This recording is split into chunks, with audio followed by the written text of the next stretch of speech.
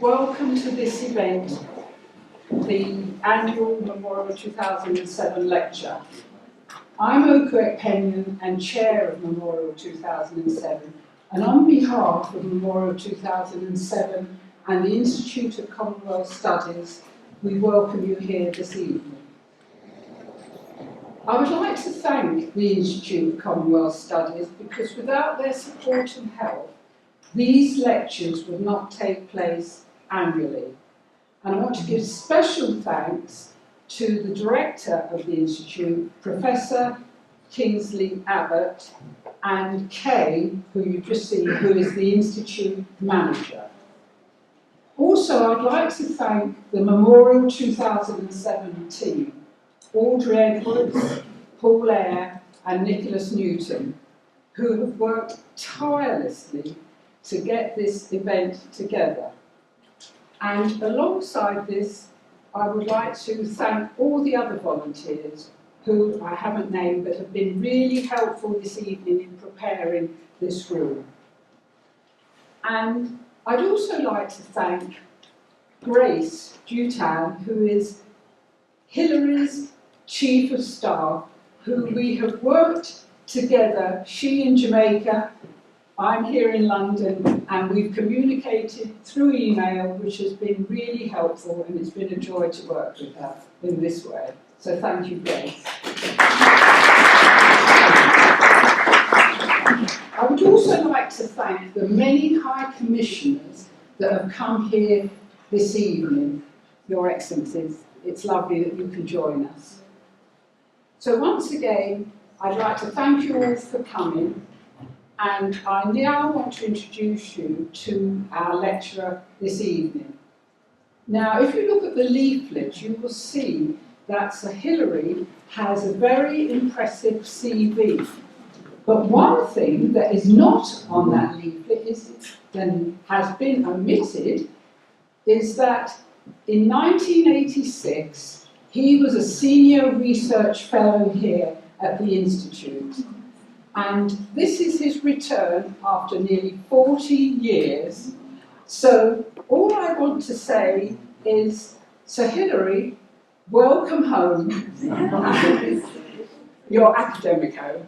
And we look forward to hearing with great interest what you're going to share with us this evening. Professor Sir Hilary Beckles, Vice-Chancellor of the University of the West Indies. Welcome.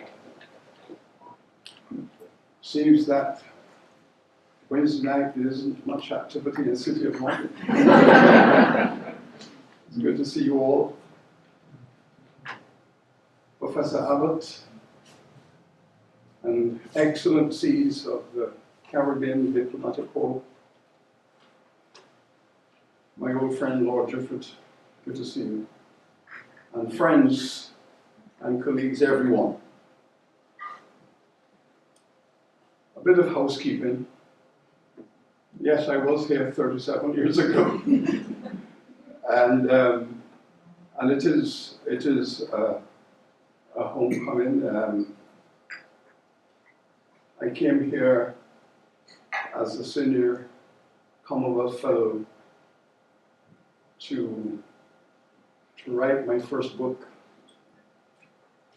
on the issue of the enslavement of black women in the Caribbean. And I was sent here by my students who at UWI insisted that I should not speak about slavery in general terms. And if I hadn't noticed that 80% of my students were female, and they needed to hear about their own specific history. And I said to them, well, there is no material.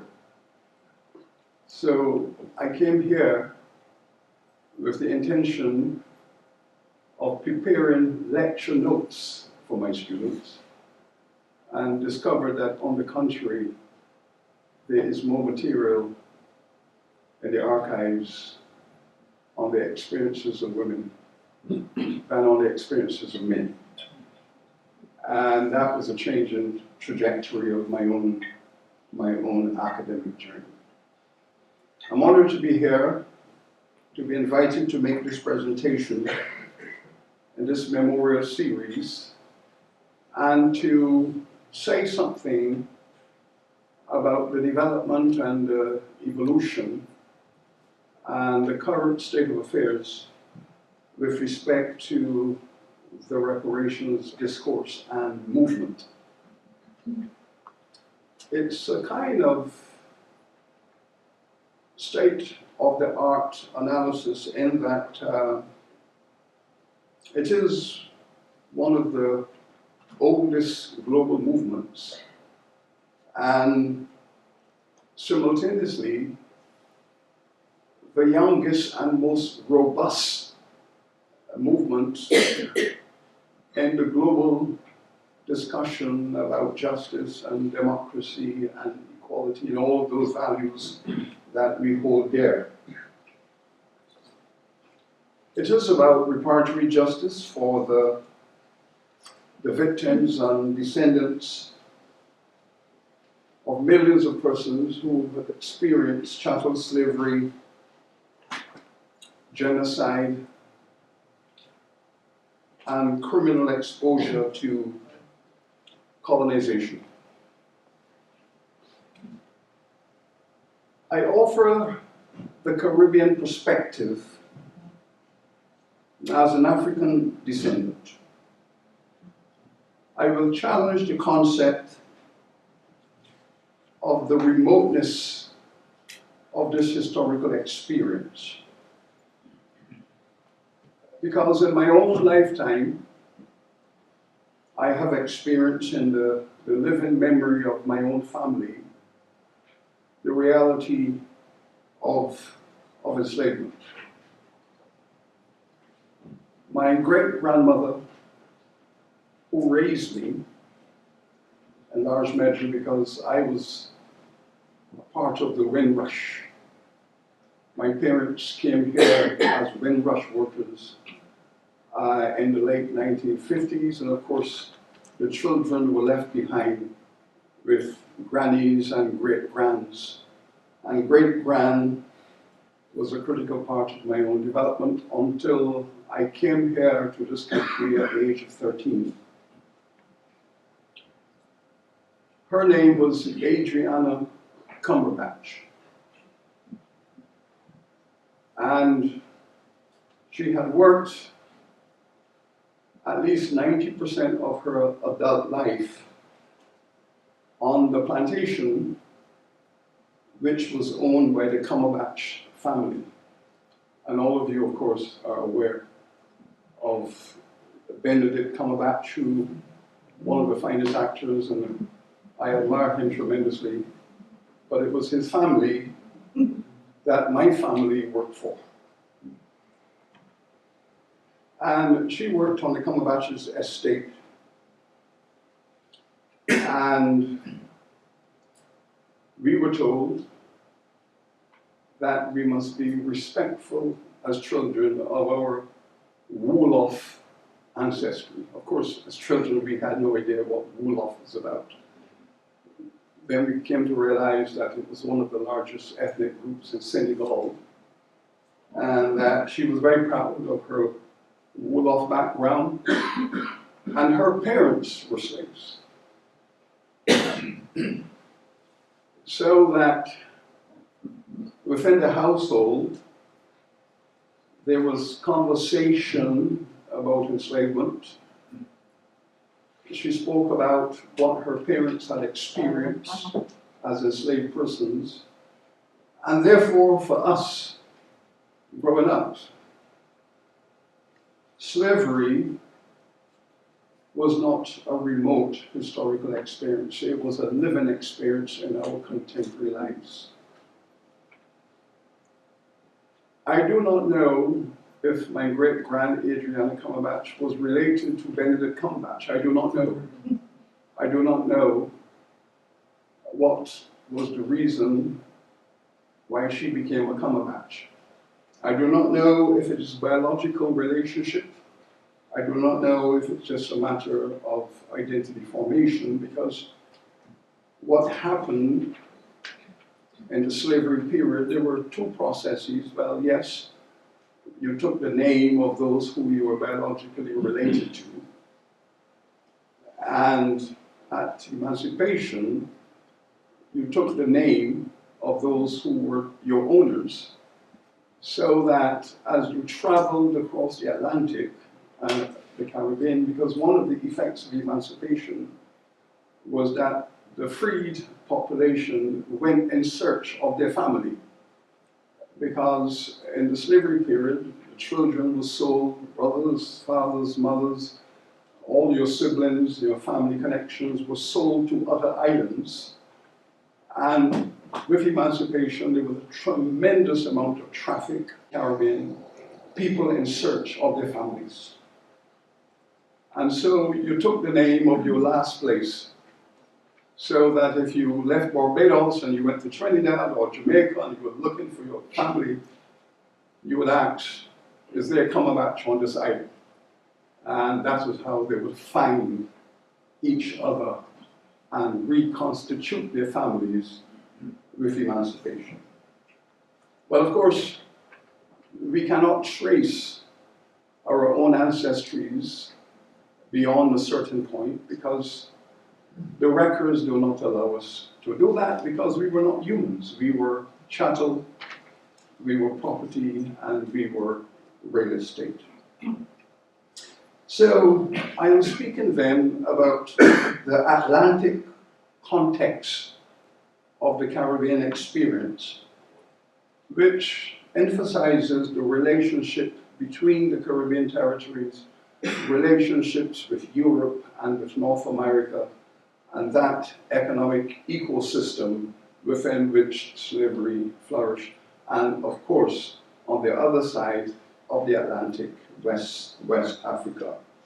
So I'm speaking also about the legacy of persistent poverty and persistent suffering of persons derived from the slavery structure in the Caribbean world. Now, I think it's important to state that today we are living in the fifth wave of what is the reparations movement. This is not the beginning of it. Hopefully this will be the end of it, but not the beginning. This is the fifth eruption, if you will, of the call for reparatory justice. It's important to historicize this circumstance because it helps us to understand the depth of the passion and the pain associated with enslavement. Helps us also to understand the intergenerational movement of consciousness on both sides of the equation. Those who became enriched, criminally enriched from slavery, and those who have suffered the viciousness of victimization within the context of slavery. So I'm going to say a few things, therefore, about both sides of that equation, and I will end with an assessment of what is today the reparatory justice movement and the vital role it has to play in the healing of humanity and laying the foundation for a 21st century civilization based on global peace, justice. I will seek to explain why this is important to all of us and why it is critical that we identify with this discourse. So let us begin, therefore, with some basics, History 101.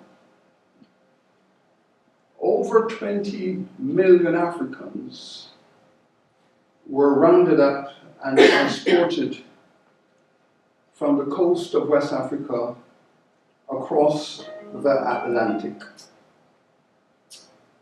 This movement has been called, you know, the middle passage. And we have enough data to show us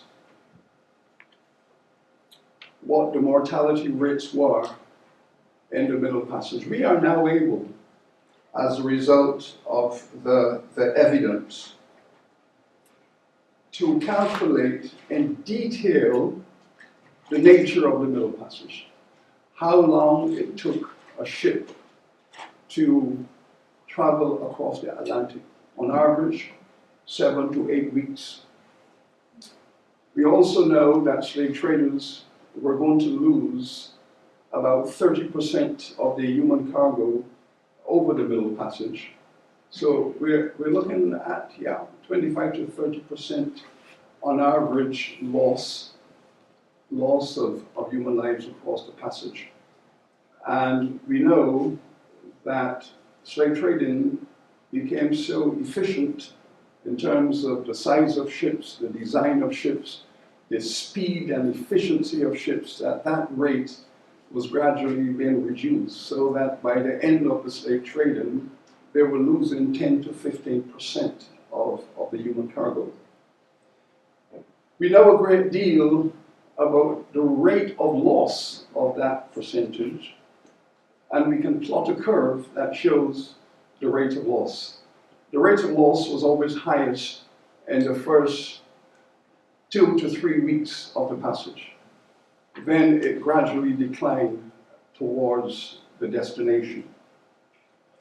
We know that slave traders saw this as a business enterprise. They were profit maximizers, and therefore they had a tremendous interest in reducing the loss they encountered in the passage. So they did all they could to reduce the loss, and in the end, they had a paradigm to engage. Slave traders would say, well, do we tight pack or do we loose pack? If a ship was designed to carry 300 persons, if you pack the ship with 300 persons, you might suffer a greater loss across the Atlantic. If, however, you pack the ship with 200, give the human beings a little more space and room to maneuver, you might reduce the mortality. Slave traders had an ongoing debate about which method was more profitable, the tight pack or the loose pack. So we can now examine individual slave traders, their records, to show which management option they had preferred, and whether indeed tight packing or loose packing affected mortality. We know a great deal about the gender loss across, and we know that women survived the Middle Passage significantly more effectively than men. So African women were more resilient in the passage than were men. And all of these things we can now do. We now know everything that we need to know about the economics and the sociology of slavery. We know, therefore, that it was a significant business enterprise. It was governed by the laws of supply and demand. It was driven by the methodologies of profit maximizing. And this was the largest commercial enterprise in the world. It was not an enterprise as in Hollywood, where you would see in a movie a group of Europeans and they take a little ship and they go to Africa and they grab a few people, put them on a ship and bring them back. It wasn't like that at all. These were corporations. These were companies. These were some of the largest companies in Europe that were built specifically, joint stock limited liability companies, to carry out this business. And the largest of them in this country was the Royal African Company, which was owned by the British royal family. And it was established by the Duke of York, who later on became King James II. This was the company. He was the chairman of the board of directors. All of the investors were members of the royal family and the aristocracy. And this was an enormous corporation. with all of the military support to protect the ships. The ships had to be protected across the Atlantic, the ships had to be protected in West Africa, they built forts to protect the movement of people. So this was a billion-dollar operation. It was not for the small man. This was for the rich and the highly organized financial community. Then, of course, there is the issue of what happened to these people on arrival. They were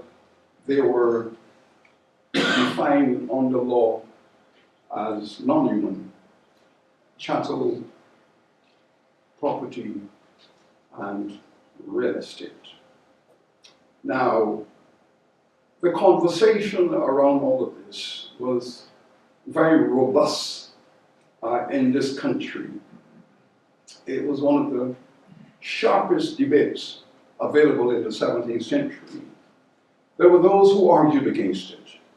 There were many interest groups in this country who said that slave trading was immoral. There were those who argued it was unchristian and sinful. There were those who argued that it was a crime, and there were those who argued that it should be stopped. But on the other hand, there were those who argued that this is the greatest business opportunity available to the country.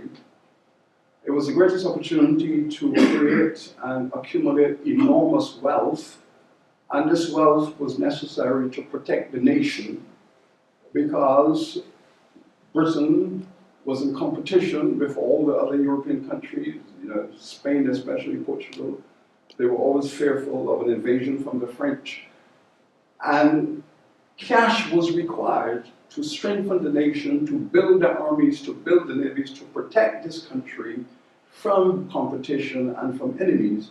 And therefore, this was too attractive an option to ignore. And so it was defined as in the national interest.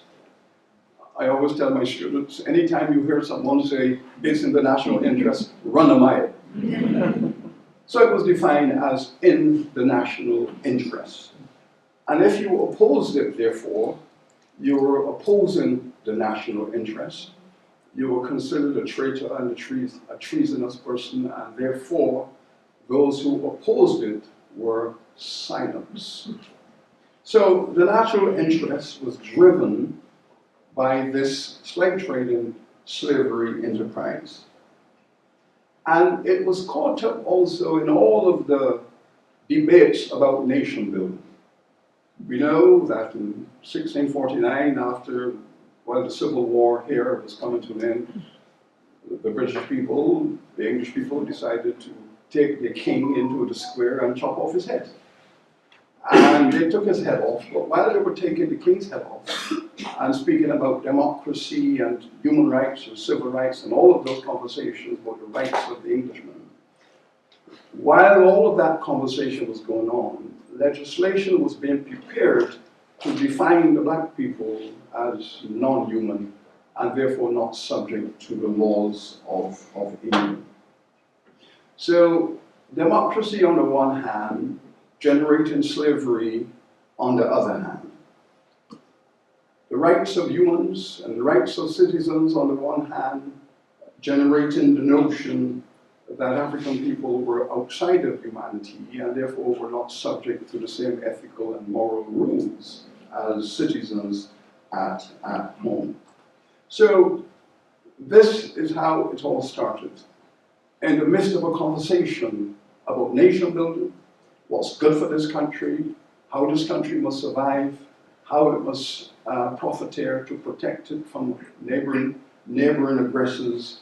And in all of this, the Africans become the critical source of wealth generation.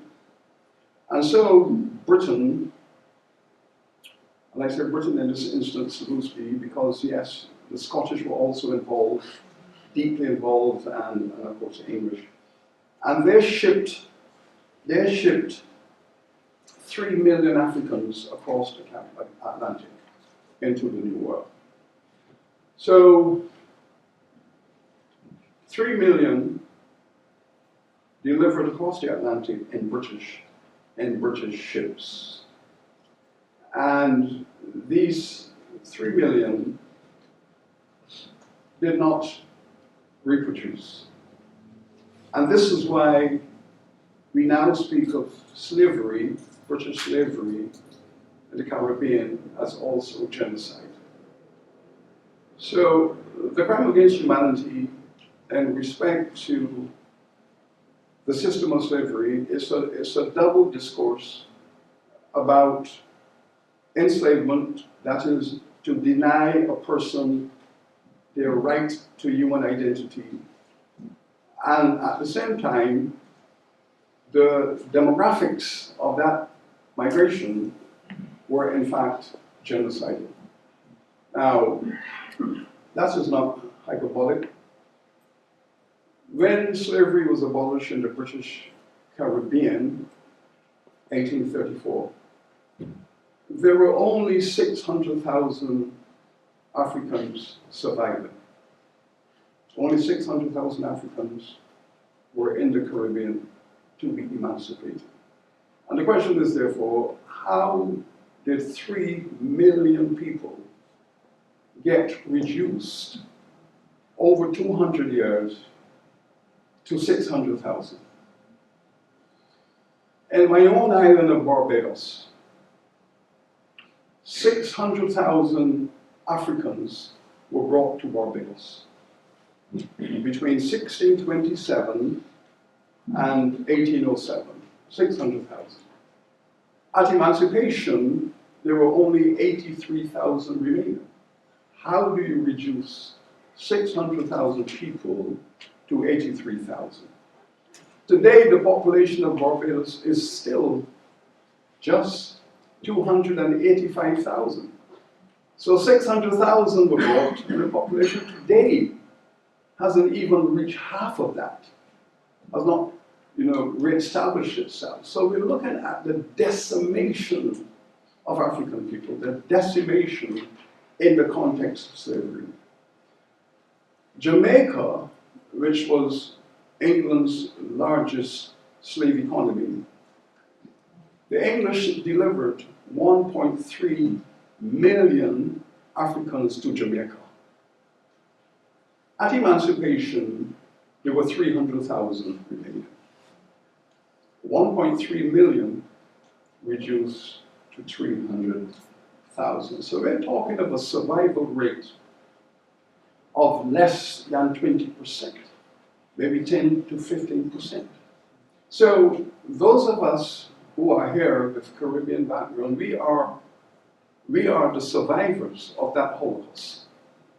We are the descendants of the survivors of the Holocaust against the African people. And that survival consciousness is therefore to be used as a context for much of the reparatory justice conversation. We were not just enslaved, we were subject to genocide. And it is not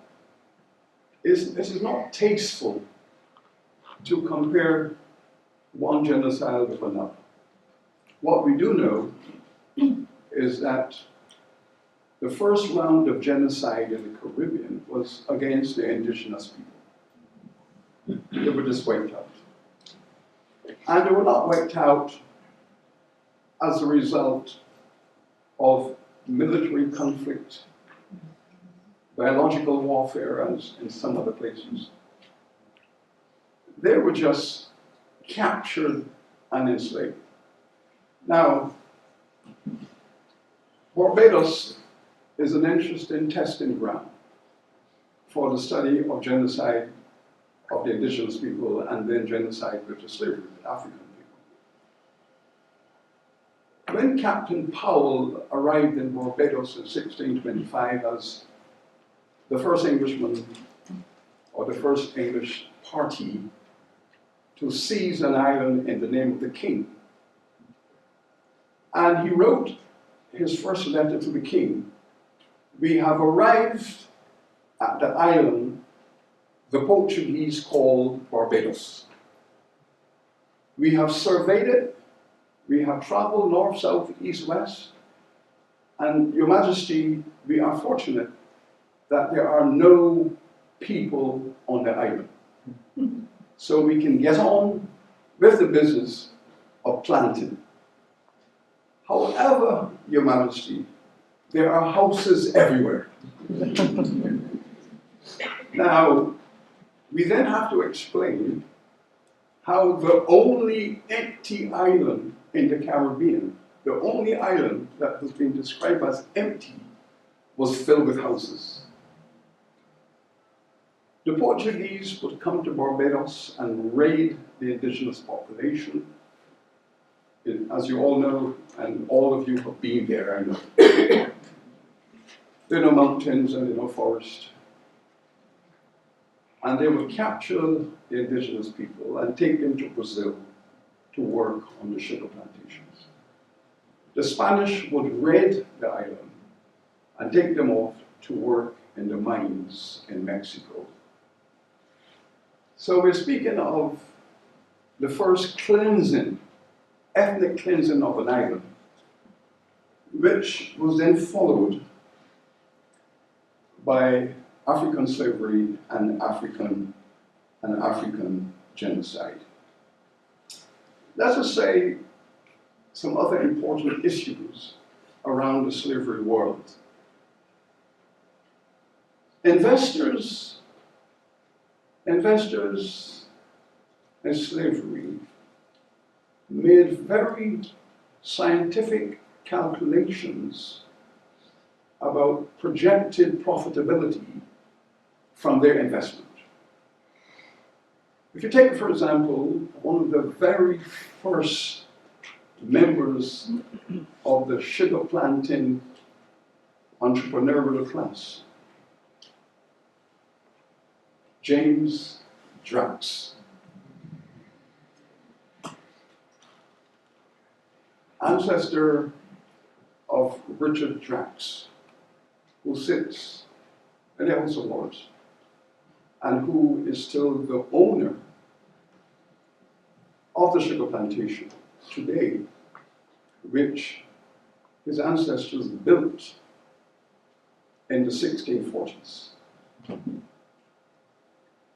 James Drax arrived with £50 cash in his pocket and informed one of the first narrators of the island's development, "I have arrived hither with £50, and I shall not leave this island until I am one of the richest men thereof." Well, within 20 years, James Drax was the richest man on the island, with several plantations and thousands of slaves. He made so much money in Barbados, and he built one of the grandest houses you can imagine, Drax Hall, which is still standing there, beautifully, majestically standing there. But that wasn't enough. And so he sent his son to Jamaica as part of the colonizing party of Jamaica, because they had made so much money in Barbados as the first slave economy. And now they wanted more land to expand. They petitioned Oliver Cromwell, they petitioned King Charles II on the Restoration. We need more land, we need to grow. And so Oliver Cromwell said, okay, we will take Jamaica from the Spanish, and you can have that for your expansion. And yes, Oliver Cromwell sent his General Penn and Admiral Venables, and they arrived in Barbados, and for 3 months they planned the capture of Jamaica, which they did in 1655, and Drax was one of the largest investors in that project. And when they took Jamaica from the Spanish, the Drax family, for those of you who know Jamaica, from Ocho Rios to Discovery Bay, that's about 40, 50 miles. And all of that land was taken by the Drax family. And thereupon, they built another Drax Hall. So now we have two majestic structures, one in Jamaica, one in Barbados, both called Drax Hall, because the Drax family was the largest slaving family and the richest in the Caribbean. So, how did this system work? This is where the role of women becomes very important. They need to find a way to allow themselves to inherit generation by generation their enslaved peoples. So the first thing to do is to define them as property. And then to define them also as chattel and real estate, so you could pass them on through generations. But then you have to identify a way of deciding on the status of a child, a black child at birth. So they legislated that at birth, the child would take the status of the mother and not the father. So all black babies took the status of the mother was an enslaved woman, and therefore the child was born a slave. Now, the importance of that was that the legislation constructed the black woman as the carrier of slavery. The black woman became the biological carrier, the legal carrier of the status of slavery. She was the seed of slavery, not the black man. We have several cases in our records. For example, in Barbados, the 1715 population census, there are 18 children of mixed race listed in that census. And the church warden who took the census for his parish created this special category. These were called mulattoes. And these mulatto children were, quote unquote, ye extract of English women and African men. So white women were having children with enslaved African men, and those children were born free because a white woman could not give birth to a slave child. The child took the status of the mother. The mother was white, the father was a slave, that child was born free. And so we have a separate listing for these mulatto children who are free and allowed to live that way. So gender becomes important, and the black woman was defined as perfect property. Perfect property, that's how they defined it in the economics of the time. And what is perfect property? Well, you go to the harbor, the auction is taking place, you participate in the auction, and you buy a black woman. Her value was invariably, in the first part of slavery, 2 or 3 pounds less than the black man. So you could buy a female for 28 pounds, and the black man would be bought for 30 pounds. So that shifted later on, where the black woman became more expensive than the black man, and I will say something about that in a moment. So you buy this property and you take her home, and the first child she produces, by the time that child reaches 12, 13, 14, and is now classified as an adult, yes, adulthood in slavery began around the age of 12, 13. That child was now worth as much or more than the mother, right? And the second child, so you reclaim your investment from the first child. The second child is therefore pure profit. Pure profit. And the third child is gravy. So the system was designed to work in that way, generation over generation for 300 years.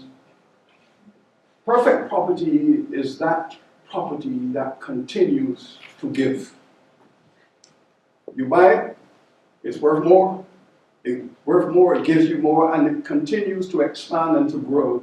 So the balance sheet of the plantation would show all of these children listed and their value, and you add up their values, and they would exceed the values of their mothers and so on. So it was in your financial interest, therefore, to buy as many black women as you can, because it was the gift that kept giving. So the first wave of the reparations movement, therefore, took place in this context. Some of those very free mulatto children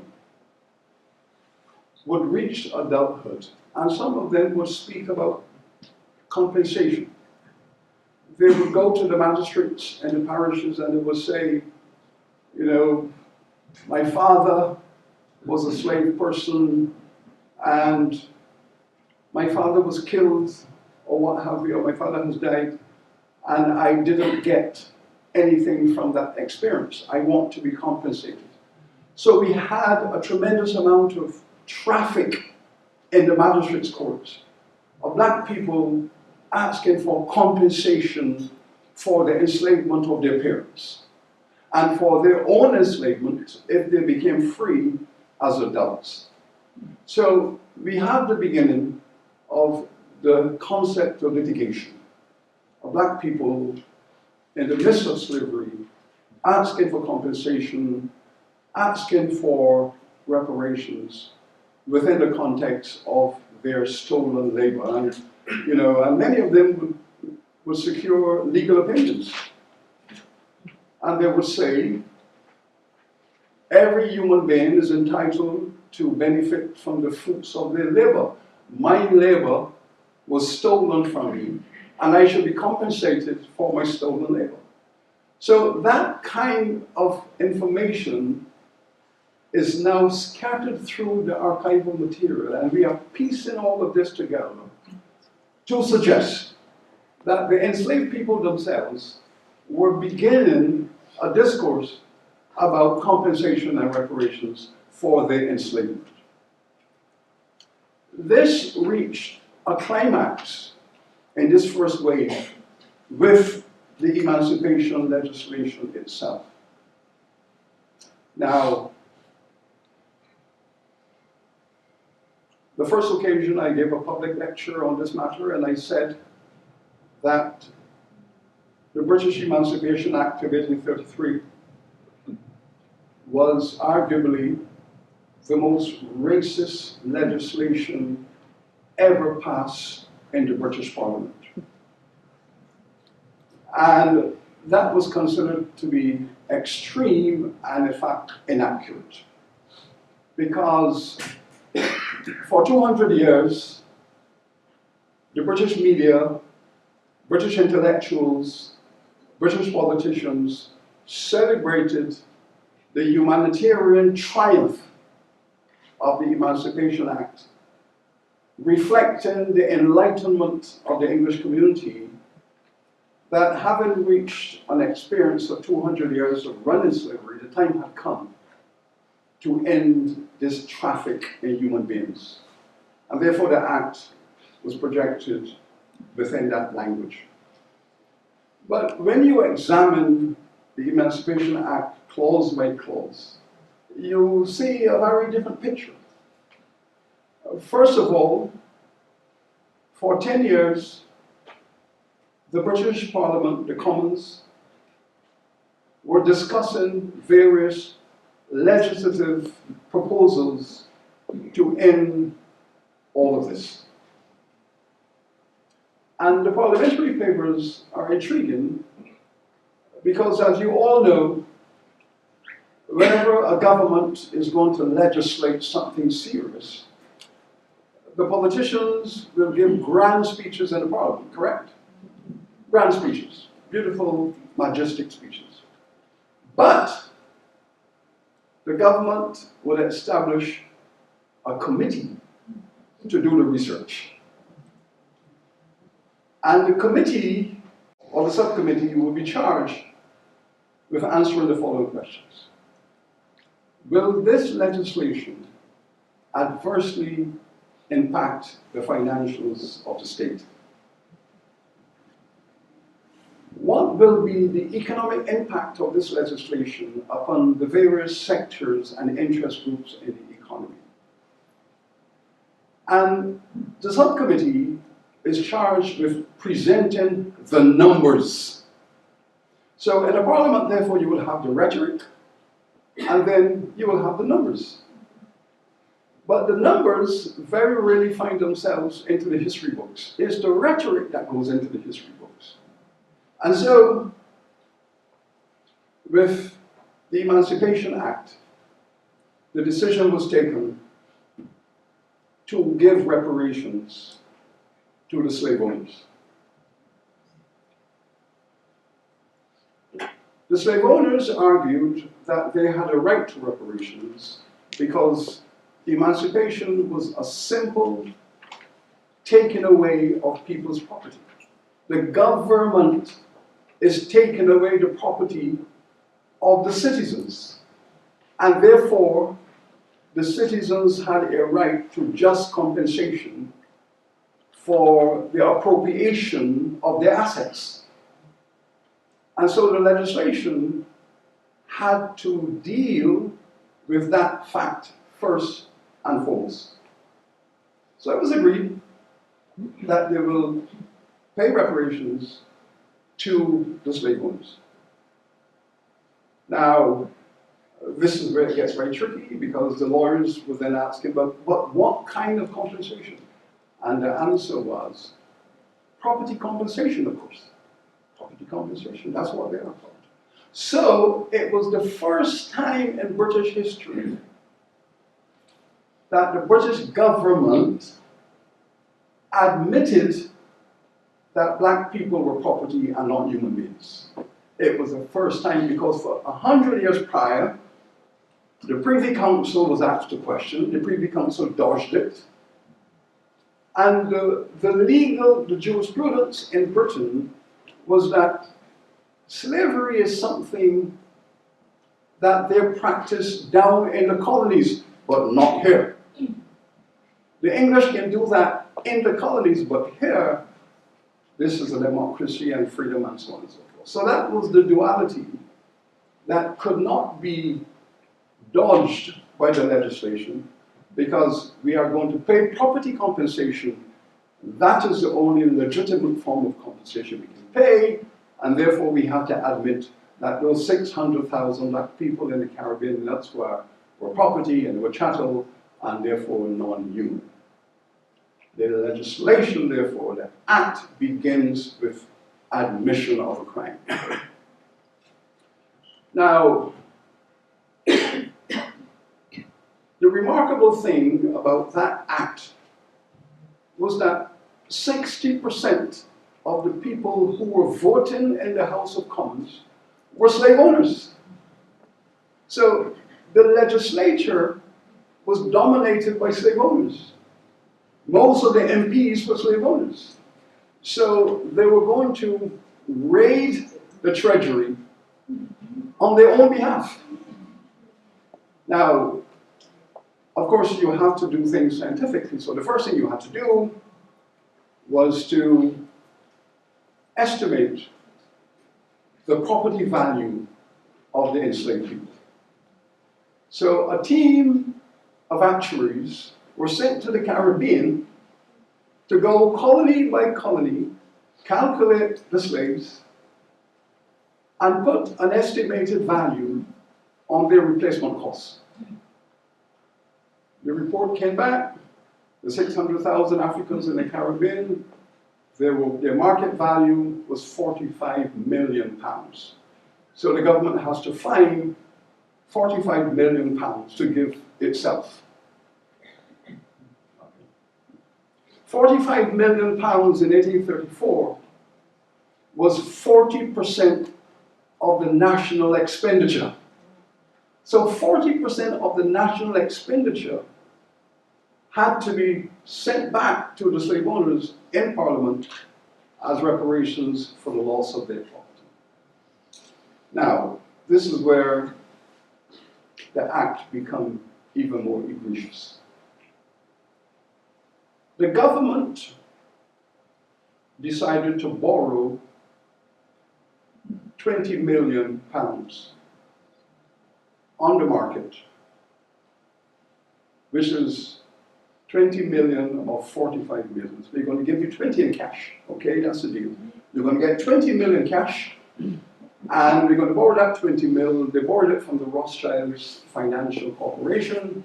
The Rothschilds raised the money, gave the government the 20 million. The government handed over that cash to the slave owners. The question that was then asked, well, how are we going to get the remaining 25 million? Because it's 45 million and you've given us 20 in cash. Where about the other 25? The legislation then said, okay, we can get around that. After we have freed the slaves, they will have to work for free for 8 years for their owners to work off in kind the 25 million. The result of that is that a process was put in place. You're free today, but you have to work for free for another 8 years. Then it was reduced to 6 years to recoup the 25 mil with in-kind labor. In other words,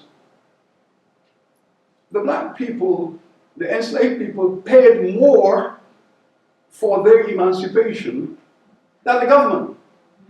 The British government paid 20 mil. The enslaved people paid 25 mil for their freedom. Now, how then do you say we were enlightened as a parliament and freed these people? The calculations were phenomenal. But the important thing about this second phase in the reparations movement, that those who were freed were seeking political support through lobbying to ask the parliament the question, should we not be the ones to receive reparations? We are the enslaved. We were the ones who were described as property. We were the ones whose labor was stolen. Should we not receive reparations from this parliament? Buxton, the great intellectual emancipator, took the case of the slave people to the parliament. And there were many members of parliament who argued the case. No, we are giving reparations to the wrong people. We should not be giving reparations to the slave owners. We should be giving reparations to the enslaved people. These are the ones who have a right to reparations. Buxton eventually said to pay reparations to slave owners is like the police paying reparations to the bank robber. That was the metaphor he used. These people have committed crimes. Are we going to compensate them for their crimes? So that debate went on in the House of Parliament of this country. Eventually, the Speaker, when the act was passed, said the black people should be grateful that they are receiving their freedom. Your freedom is your compensation. In other words, take it and be quiet. Now, so we know that this is the second wave, and that generation of enslaved people who are now freed were calling every opportunity they had for compensation. We want reparations for what has been done to us. We want compensation. Some of them wanted to go and look for their children and their siblings in other islands because they were sold away. And they were calling upon the vestries in their colony to give them money to pay the boat fare to travel to other islands to find their families. And they were saying we have a right to receive financial compensation, to buy the tickets to get on a boat to go from colony to colony in search of their families. So the call for compensation from the enslaved people are coming in multiple ways. And of course, it found ultimately in the tragedy of Jamaica in 1865. There is famine in Jamaica. There's drought. Food production has collapsed. The free population, the emancipation population is in starvation mode. There's no food. When the emancipation came, many of the slave owners collected their compensation, abandoned their plantations, and returned to Britain. So Jamaica now has a significantly large number of abandoned estates, abandoned plantations. Because the slave people, now free, are saying, we are not going to work for you ever again. You've enslaved us, it's free. You want us to work for you, you pay us the level of wages that we insist upon, and that is the deal. Now, you can imagine the impact on the labor market. Many of the slave owners could not survive, their businesses were collapsing, they packed up and came back to England. So now they're starving because of drought and so on. So they move to occupy and possess the abandoned lands.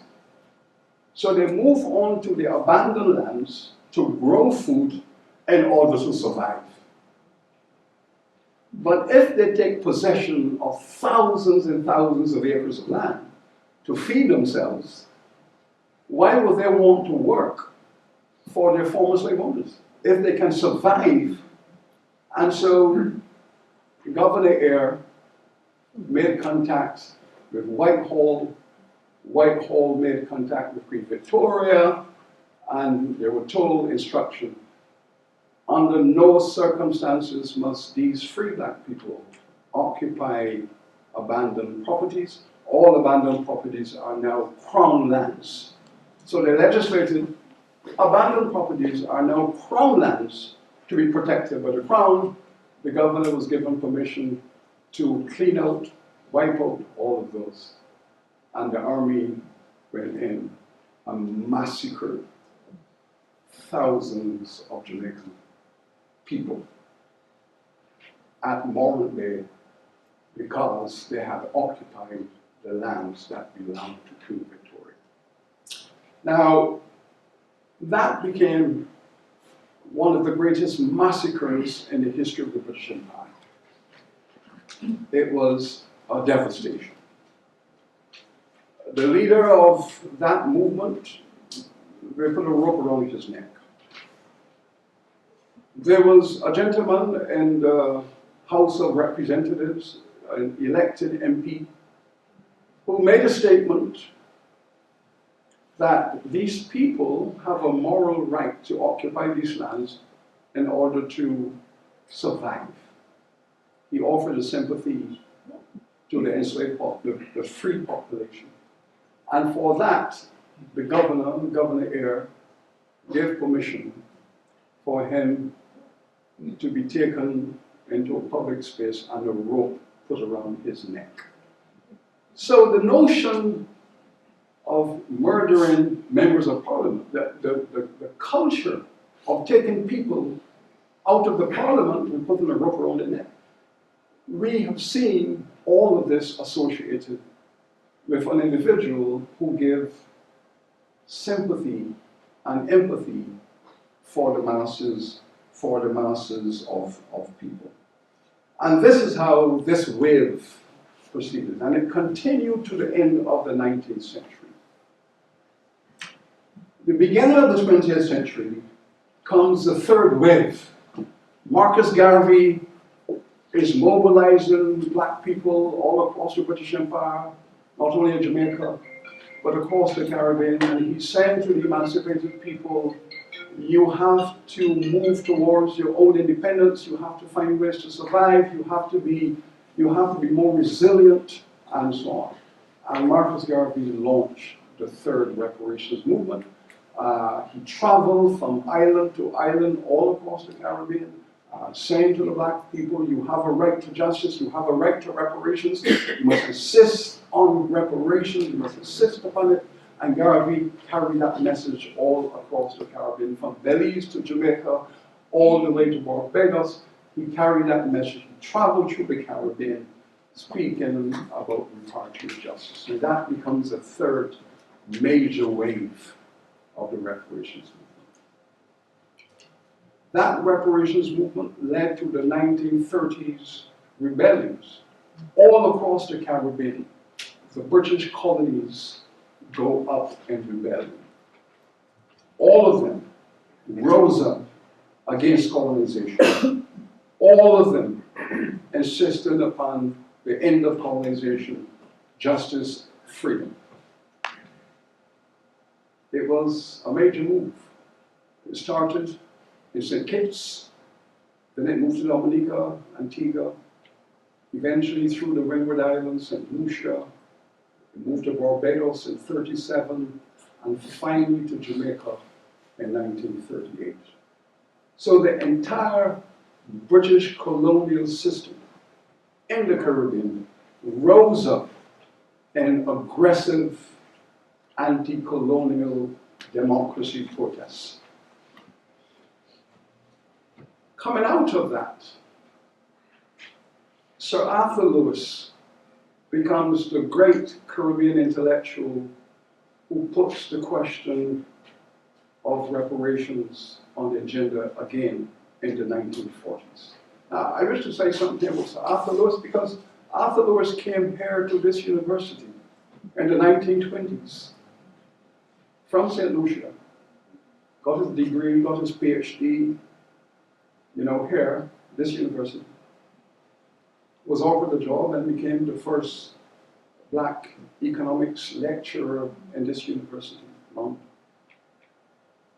Realized that there was no roadmap to promotion from lecturer, senior lecturer to professor. He applied for a professorship in economics that was available at the University of Liverpool.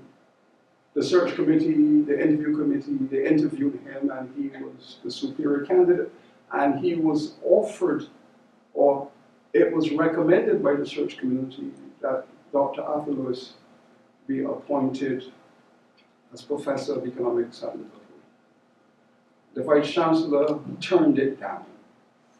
He said, I have no doubt that Dr. Lewis is a brilliant economist and has a great future, but there are no black professors in this country, and we are not ready to be the first. So the Vice Chancellor turned down the recommendation for his appointment.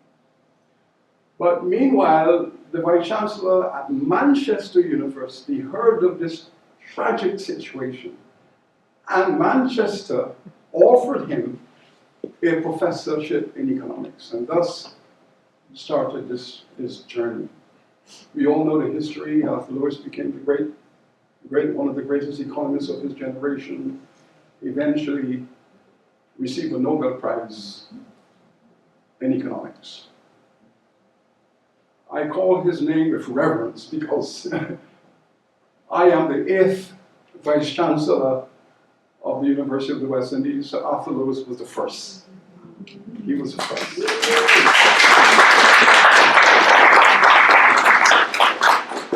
But in 1939, still a very young man in his 20s, but as we say, gifted, blessed by God, genius, he wrote a book entitled Labor in the West Indies. And in this book, he said, listen, Britain has had 200 years of free labor from 20 million people in the Caribbean. What's the value on that? 200 years of free labor from 20 million people. Put a value on that. He said when he started the calculation, he ran out of zeros. You're speaking about billions of pounds of value extracted from the Caribbean. From 200 years of slavery, 20 million men, women, and children. He called that Britain's Black Debt. He said, this is Britain's Black Debt. We now have to write a strategic plan for Caribbean development. And we need a source of capital. Where are we going to get a source of capital to promote economic development in these islands? Remember, Lord George, as Prime Minister 20 years earlier, did say that the health of the black people in the Caribbean is an embarrassment to the British Empire. They had worse health in the Caribbean, in the British Empire, and we were an embarrassment, and something must be done. And by the way, this is how the University of the West Indies started, as a medical school, to repair the health of the African and Indian, Asian people who had experienced also 100 years of indentured servitude in the Caribbean.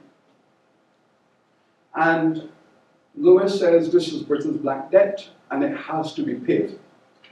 It has to be repaid. Britain will seek to avoid such a payment, but while Britain avoids its responsibility to economic development in the Caribbean, the Caribbean people themselves have a duty to keep that matter in the public domain. And so the independence movement started. And this is now the fifth and final wave of the Repartment Justice. We're now demanding independence.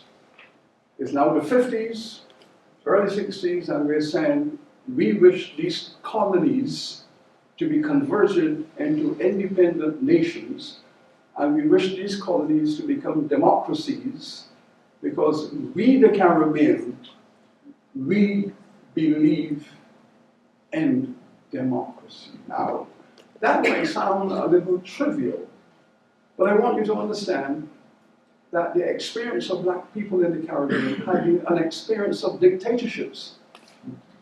Every plantation owner was a dictator. The plantation owner can take your life without consequence because you were his property. Black people were terrorized by dictators, little tin-pot dictators for 300 years. So all of us lived in a state of dictatorship, that your life had no value to those who could decide if you live or die. So the black people are coming out of that history with an absolute attachment to democracy, freedom, process of law, justice, courts that work. That was the commitment. So this becomes the basis of the fifth reparations wave. And again, the notion of democracy. You know, many of the criticisms of the black population that was newly freed, Englishmen and Englishwomen would come to the Caribbean to see how the black people are coping with their freedom. And we had all of these letters and books being written. Oh, I've just come from a week in the Caribbean, and the black folks are lying around on the coconut trees and eating pumpkins. And playing music. They're playing music all day and night. That's all they're doing. They're enjoying themselves and they're not working. Emancipation was a mistake. We made this terrible error. of emancipating these people, because now they are not working, they're partying and fetting. You know, one of my students once asked me about that, and I said, after 500 years of slavery, black people should fed for 500 years. We should fed for 500 years until we get it out of our system. We should fed. Celebrate that freedom. No other group of people in the world had experienced that kind of loss of freedom and dignity, and we should fed. And after we finish fetting, then we start talking about work. You know, so that was my response. Of course, you know, it was a guttural response. So the leaders of the Caribbean colonies are now coming to Britain to discuss their independence. And they are associating their independence with this debt that is owed to them.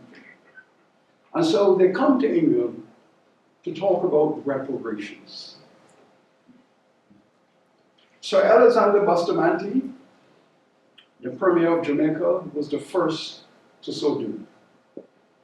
He arrived here on the eve of independence to discuss Britain's contribution to the economic development plan of the government. So Alexander said that we have to build factories, we have to create industrial jobs for these people. There's 40% unemployment. There's 40% unemployment. 80% of the black people can't read or write. This is the condition that we are now facing.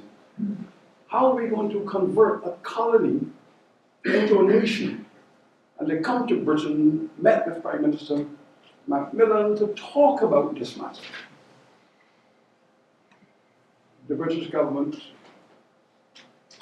told him and his delegation, you wanted independence. Prior to that, you wanted emancipation, you got that. You wanted independence, now you have it. Now go away, we owe you nothing, and you are on your own. One of the young politicians in that delegation from Jamaica was Edward Seaga, who later became Prime Minister of Jamaica in 1980. And he was a young man then, and he blew his fuse in 10 Downing Street. He said, listen,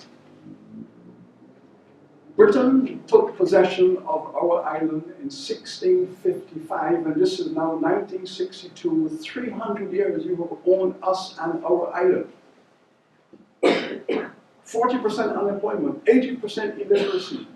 We have schools for only 10% of the children, because colonization did not believe in the education of the colonized.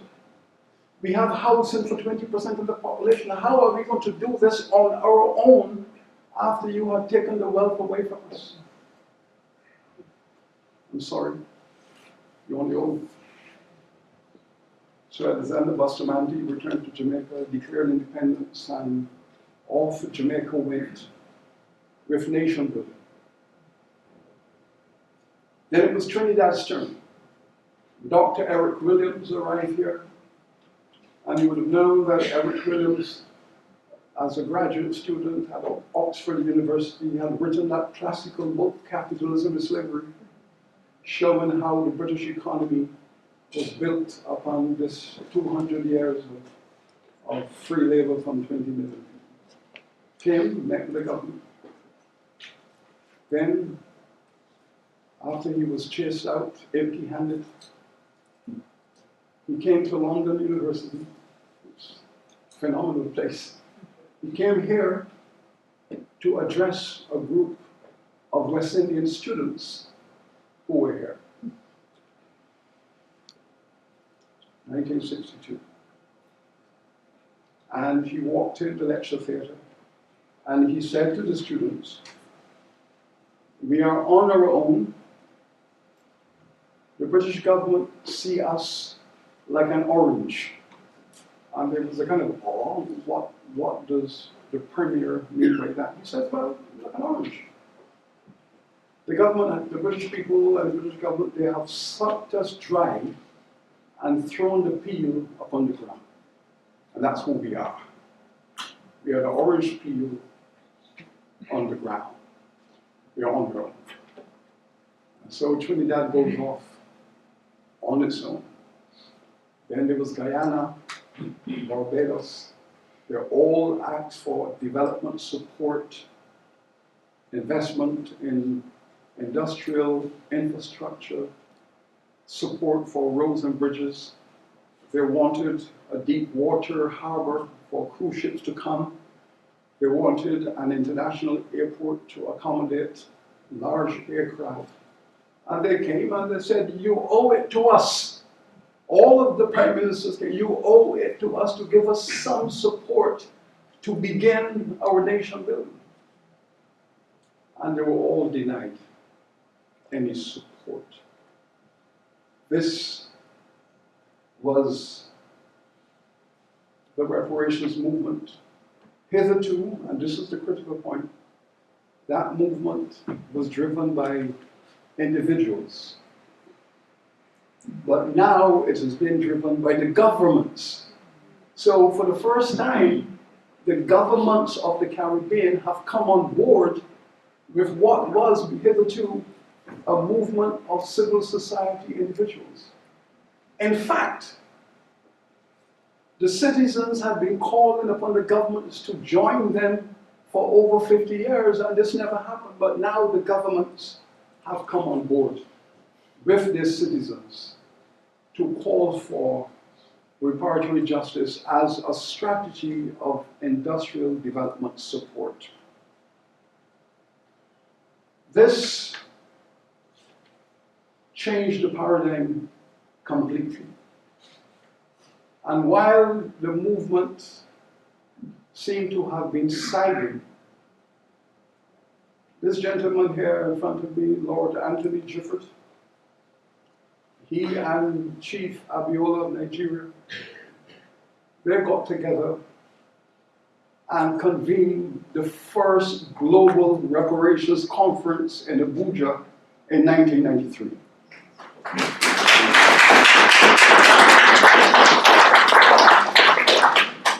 And at that conference, the Abuja proclamation was clear.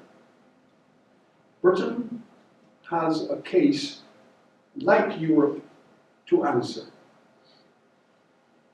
The descendants of the enslaved people have a right to reparatory justice in any form that is acceptable to them.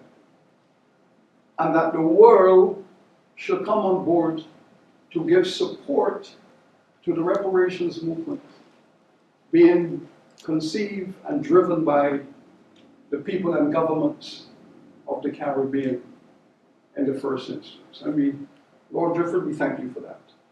We thank you enormously for that, because that was a tremendous act of courage. And we know, and I say this with no doubt, that Chief Abiola lost his life because of it. So we enter now this 21st century against this background, and we were determined that the momentum would not be lost.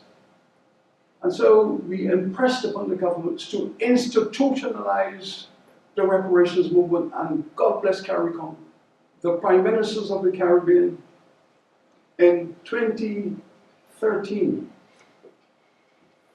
unanimously agreed to establish a CARICOM reparations commission to take this movement outward and forward.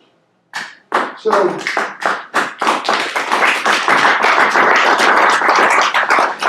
it's important to add that this is a movement of the entire Caribbean, because when the heads of governments met in Port of Spain, the chairperson of CARICOM was Prime Minister Bissessar, an Indian woman. The Indian Prime Minister was in the chair. And she said, we, the people of Caribbean, we have a right to reparations. And I am honored to be the Prime Minister to support this resolution.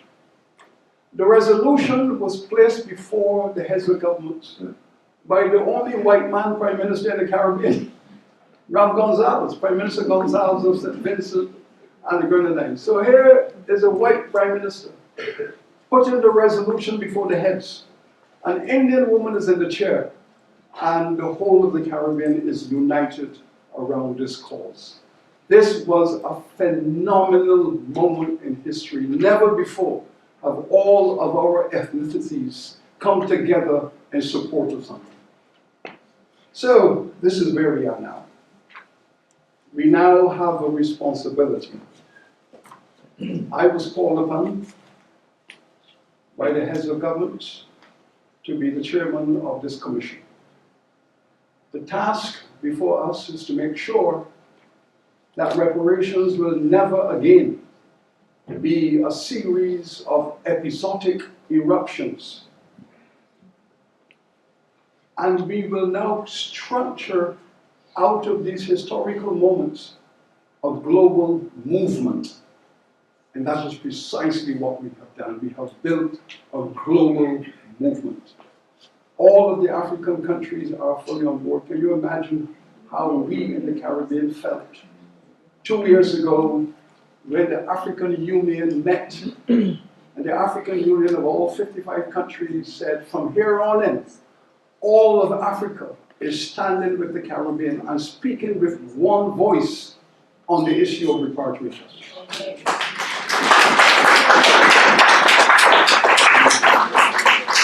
Then we go to the United Nations, and resolutions are passed at the United Nations.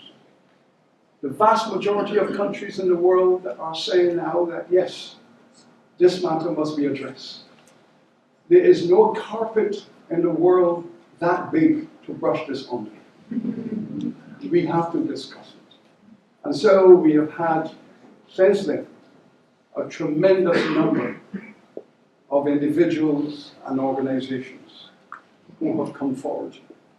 There are families in this country who were enriched by slavery. And their descendants have now come forward to say, we have a case to answer. And we are doing our best to speak with you. I know that Laura Trevelyan is here from the Trevelyan family. They came to us and we met and we discussed. Went to Grenada where their ancestors owned over 1,000 slaves.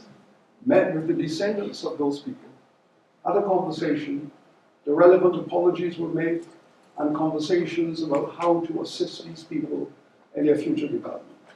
All the institutions are now coming forward. The Bank of England have admitted that they were steeped in slavery. This university has admitted their role. Most of the large universities have established committees to investigate their relationship to slavery, the endowments they receive from slave owners, the enrichment to build out their infrastructure with the profits from the Caribbean. And now we're having conversations with the Church of England. For me, it was a tremendous honor. I had the pleasure a month ago of hosting the Archbishop of Canterbury at my office. In fact, we gave him an honorary doctorate for his contribution to civil rights and the theology of justice. And we spoke about this matter. The Church of England have set up a process to begin this. And this is important because, you know, the Church of England was the third largest slave-owning organization in Barbados. They owned 2 very large plantations. The Codrington Estates, and all the Africans were branded on their chests with an iron. C of E, Church of England. All of that is part of our journey. That has to be atoned for. And the Church of England was not just an owner of slaves and a profiteering institution. Many of these provincial churches that you see across this country, in every small town there's an Anglican church, all over this country. Much of that expansion was funded from the profits of slavery. But this is the world we have. So we are now bringing closure to this. We have been told that this is now the age of negotiation. So we are involved in this global negotiation. We are speaking to those who wish to come forward. The governments of the Caribbean have written to all the governments of Europe, calling for a summit to discuss how we should proceed. We have set out a methodology that will enable those conversations to take place. And we have said, reparatory justice is about development. The Caribbean people are in need, after all of these centuries, of an investment in public health. We, the black people of the Caribbean, are in dire need of public health investments. The black people of the Caribbean, if you use the marker, the criterion of chronic diseases, type 2 diabetes, hypertension, the black people in the Caribbean are the sickest people in the world. We have the highest per capita exposure to diabetes, hypertension. 60% of all the black people in the Caribbean over the age of 60 have type 2 diabetes or hypertension. It is a pandemic that's running through the Caribbean like a wildfire. Extremely financially expensive to contain. And we've said the Caribbean needs support, because you know the image of black people in the Caribbean. The women are beautiful. Rihanna is now the richest black woman in the world. And all of these images, Usain Bolt, Jamaica has produced the fastest man and the fastest woman the world has ever seen. And Jamaica is now seen as the most athletic nation on God's earth. But behind this image of fitness and athletic genius and the beauty of the women, behind that image is a very sick population. My own country, Barbados, is now known as the amputation capital of the world. There are more amputations done every year in Barbados per capita than any other country in the world because of the complications of diabetes. And who's racing to catch Barbados in this race? Jamaica. Jamaica. And all of us are in this, not just the African people, the Indian people. In fact, right now, the fastest growing ethnic group, gender, the rate of contamination, of developing type 2 diabetes are Indian men. So all of us are in this. So there needs to be a public health investment. We have a massive problem with food security. You know, the people of the Caribbean were told quite scientifically by the slave owners and the British government, you must eat what you grow. Well, what were we growing? We were growing sugar. We were growing sugar cane. Eat what you grow, and we were eating sugar cane. Here in this country, you would use sugar as a sweetener. We consume sugar as a meal. When I was a child, going to primary school, I would go to school with a little sachet of sugar. And when I got hungry, I would just eat a handful of sugar. And that is how these things have happened. There is cause and there is effect. So here we are now then, at this moment.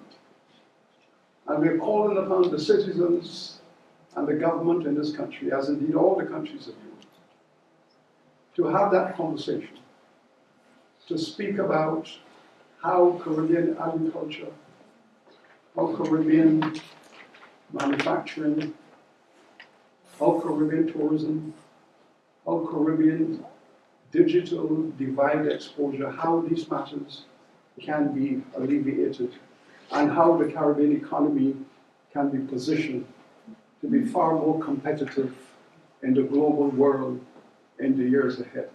And we have concluded that the Caribbean cannot achieve these objectives in and by themselves.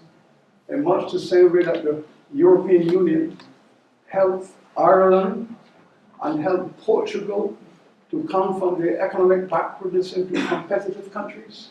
The Caribbean, after 300 years of exposure to Britain, needs a similar policy framework. And that is what the reparations movement is about. You are the jury, and you are the judge. We are in your hands. Thank you. We have time for one or two questions from the floor. We'll go by, okay, so 1 and 2.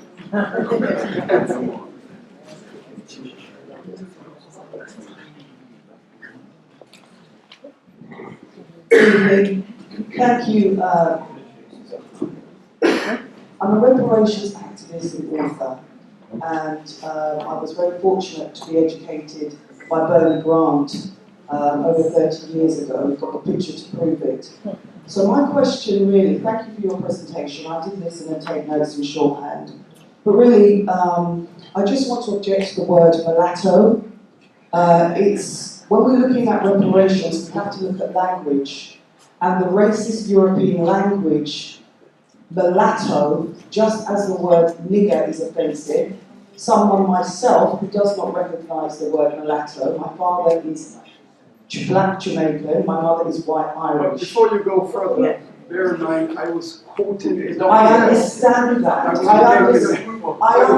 I was quoting a document to describe what was said. I understand that, but I think it's important to still raise it as an issue because there comes a time in us doing this research when we have to be quite emphatic and say that the language is as unacceptable as was the process. And I say that because in the colour hierarchy, that still goes on. So there's a lot more I can say. I'm of mixed race parentage, and I'm not going to sit here and listen to that sort of language. Thank you. Well, thank you, but bear in mind that I fully support what you say, and that is not language that we use in Britain or oral discourse. It was just a reference to a document.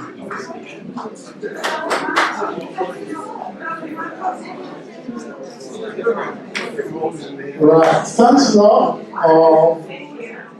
for this presentation. I've learned quite a bit, but there are a few clarifications that I would like you to indulge me. Previously, not in today's session, but previously, you have said that slavery was legal.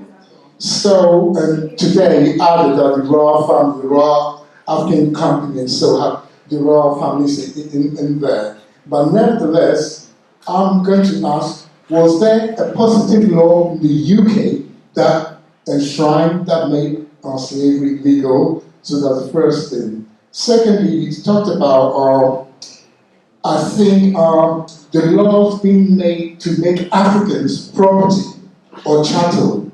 But I want some clarification because I know that your own country, Barbados, have a black code.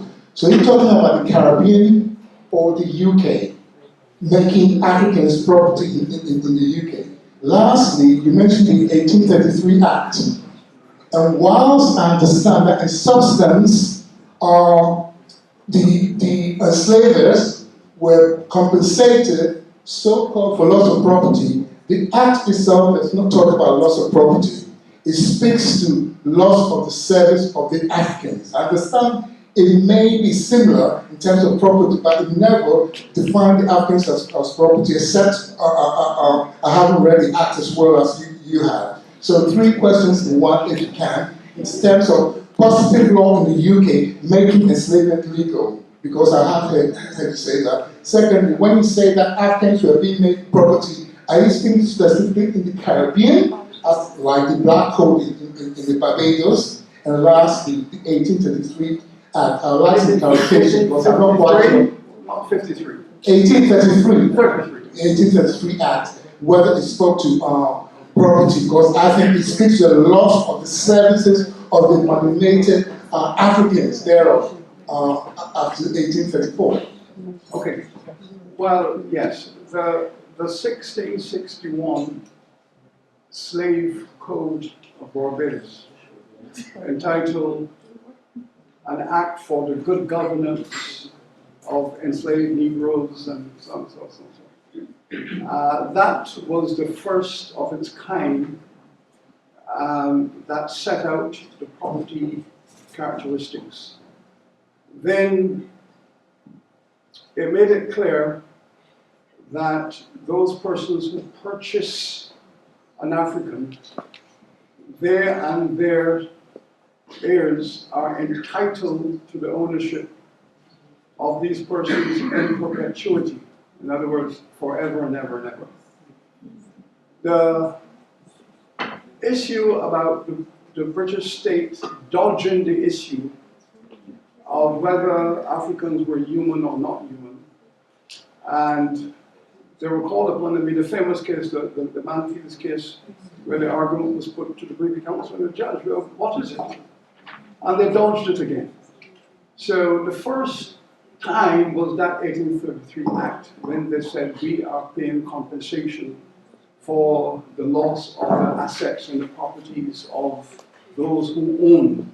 That was the first declaration explicitly. When you say assets, it talked about service. I just want that clarification. I'm being pedantic, but it's important that we have some clarity of what But you understand, but you understand it was property compensation that was paid. I'm just speaking to the act. I'm just being black law in the sense Yes, talk about services. yes, it's property compensation, and you can go and read it again and look at the details of that and the statements around it. That was the third point you were making, I think that was. Yeah, that's the yes. third Okay. point. All right.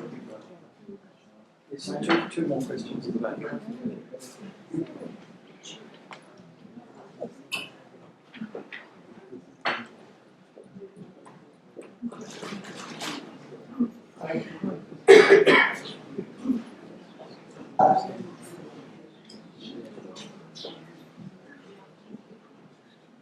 Thank you for a very informative presentation.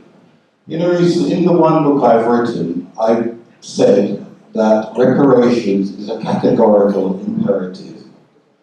I agree with you totally that it needs to be used for the development of the poor African people. But the thing I couldn't get my head around was, from, say, the last 70 years, the elites in those countries have mainly exported a lot of their wealth and the wealth of those countries abroad. Indeed, I've read that there are usually large outflows when aid is given to some countries. So I'd like to ask if you have developed a strategy to ensure that any reparations goes to the poor African people rather than being exported from those countries for the elites. Just a side note which came here today. My parents, me and my children paid for part of the compensation because that only ended in 2015. And it seems that my descendants will also pay for reparations. And just a question out there for everybody. Does anybody know who Jan Crow was? Was he a member of Hugh Crow's family, and what did he do to earn such a reputation? Well, very quickly, reparatory justice negotiations usually take place under the auspices of the United Nations. There is a process that treats with this matter, so that if there's an agreement in negotiation, tribunals are set up, committees are set up to administer how those resources are invested. If you look at the reparatory justice process, where following the Nuremberg trials and the Jewish community were deemed to be entitled to reparations and all of the money that was paid, it was paid into a Jewish development fund, and that a committee was established, an international committee of development experts to determine and to guarantee that those funds are used for the agreed and stated purposes. So that in the case of Israel, a lot of those resources were used to invest in agriculture developing irrigation systems to convert the desert into farming lands. Much of it was used to develop solar technology. A lot of it was used to build universities were built. So there is a process, my friend. It's not, resources are not handed over to politicians to do with what they want. These resources and the investments are managed by very strictly guarded systems of governance. So that's the best I can say in relation to that matter. I'm sorry I have to end here. I apologize for the length of my lecture, but understand that since the passing of Fidel Castro, and Fidel Castro held the record for the longest speech in the history of the world, 5 hours and 24 minutes. And since Fidel has passed, we would like that record to stay in the Caribbean. So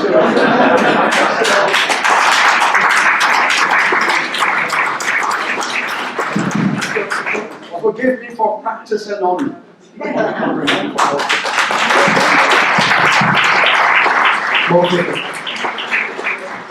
Anthony, just please.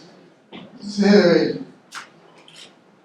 you talked about it. You said some kind words, and I thank you. It's been a privilege to work in the preparation cause. I've met giants. You mentioned 2 of them, Chief Abiola, and I would like to add in Abuja, Dudley Thompson, Jamaican attorney, and of course Bernie Bunt, who's a giant of a man who left us far too soon.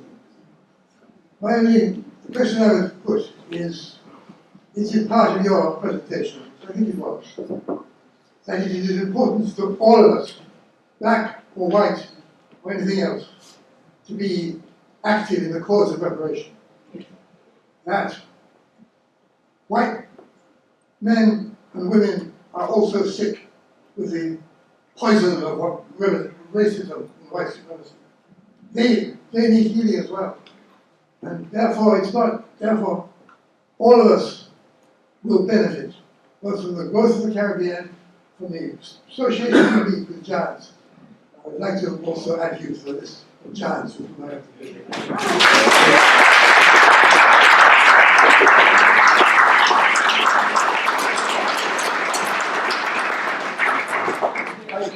Thank you, Anthony. Any movement that changes the trajectory of what we have become accustomed to can only take place by everyone. Reparations ultimately, as I said in my introductory remarks, is about healing. It's about bonding. It's about humanity and what we're going to do, how we're going to share this planet together with dignity and equity. It's about that. That's what it's about. It's about strengthening humanity for the future. All of us, for example, when I watch the situation in Gaza, it reminds me of what I know about Caribbean history. The enslaved people on one plantation, out of an act of desperation, might rebel. And the slave owner would then massacre thousands of people as a result. So one plantation, 6 enslaved people, do something, and then 10,000 people pay the price for that. So that playbook we have seen in Caribbean history. So we're looking at the modern world today, and we're seeing strategies and tactics being used that were practiced on us. So the connectivity is very much there, and yes, all of us have to agree that racism is a toxic thing. It's extremely toxic, and it has become embedded in the modern world, and we need to get rid of it. And therefore, that can only happen through a process of education, moral development, character, personality, and a commitment to justice and equality. It can only happen that way. No other way. Thank you. Excellencies, Lord Jefford, Sir Hilary, Oku, friends of Memorial 2007, friends and fellows of the Institute of Commonwealth Studies, everyone present here tonight, thank you for joining us. I'm Kingsley Abbott, I'm the Director of the Institute of Commonwealth Studies, and I'd like to begin by thanking tonight's speaker, Sir Hilary, for giving so generously of his time and inspiring all of us with his scholarship and his passion and his work. So Hilary, it's such an honour to have you join us here tonight, to welcome you back to the Institute of Commonwealth Studies. It's been 37 years. The great Shuna Marx is no longer here, but I hope you are satisfied with what you found on your return, including our focus on bringing people together to have conversations like the one we had tonight. A special thank you to Oku for bringing us all together.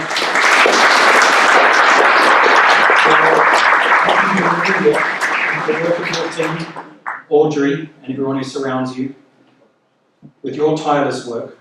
And to Kay Masunda, who works very hard behind the scenes on events like this.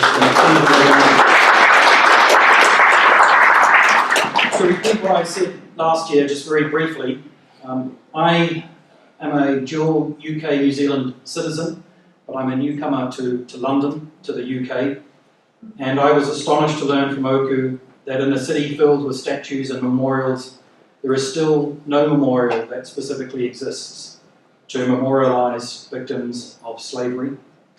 And that simply has to be remedied as a way of acknowledging and reckoning with the past, so that future generations can use it as a focal point to learn the truth about what happened and to be educated. And you can see the maquette outside the door on the way out if you didn't see it on the way in. Here in 2024, the fact of transatlantic slavery, the harm it caused and continues to cause through ongoing structures of inequality and subordination, and the need for this to be addressed urgently and meaningfully can no longer be ignored. And it is an issue that will only become more and more prominent, including for the Commonwealth. All the candidates who have thrown their hats in the ring to be the next Secretary-General of the Commonwealth, to be appointed next month at the Commonwealth Heads of Government meeting in Samoa, said recently at an event at Chatham House that they support reparatory justice. And this is a good thing. And as I told the journalists last week, the Commonwealth is best placed to address this issue because it can benefit from the huge amount of work that has already been done by people from the Commonwealth, like Sir Hilary and those around him, who can, with others, light the way ahead. My hope is that the Institute can play a modest role in supporting this initiative, which is the subject of ongoing conversations here and will be in Samoa. And I sincerely hope, Sir Hilary, it's not another 37 years before you return and be welcomed here. You have more good friends in London. Before I finish, I'd like to just return to Oku and Memorial 2007. While these campaigns require solidarity and support, they also require resources. And while tonight is not about fundraising for Memorial 2007, and Oku's been insistent on that, Memorial 2007 does not receive any public funding and is run by a small team of volunteers. So if you feel able to, no pressure, I would encourage you to consider making a contribution. And last, please stay around. There's some refreshments, there's some drinks out back. There's also 2 books, one by Tony Warner on the left, and Sir Hilary, his book, his most recent book, is here as well. And let's take some time before we go home to meet one another and to make some new friends. Thank you.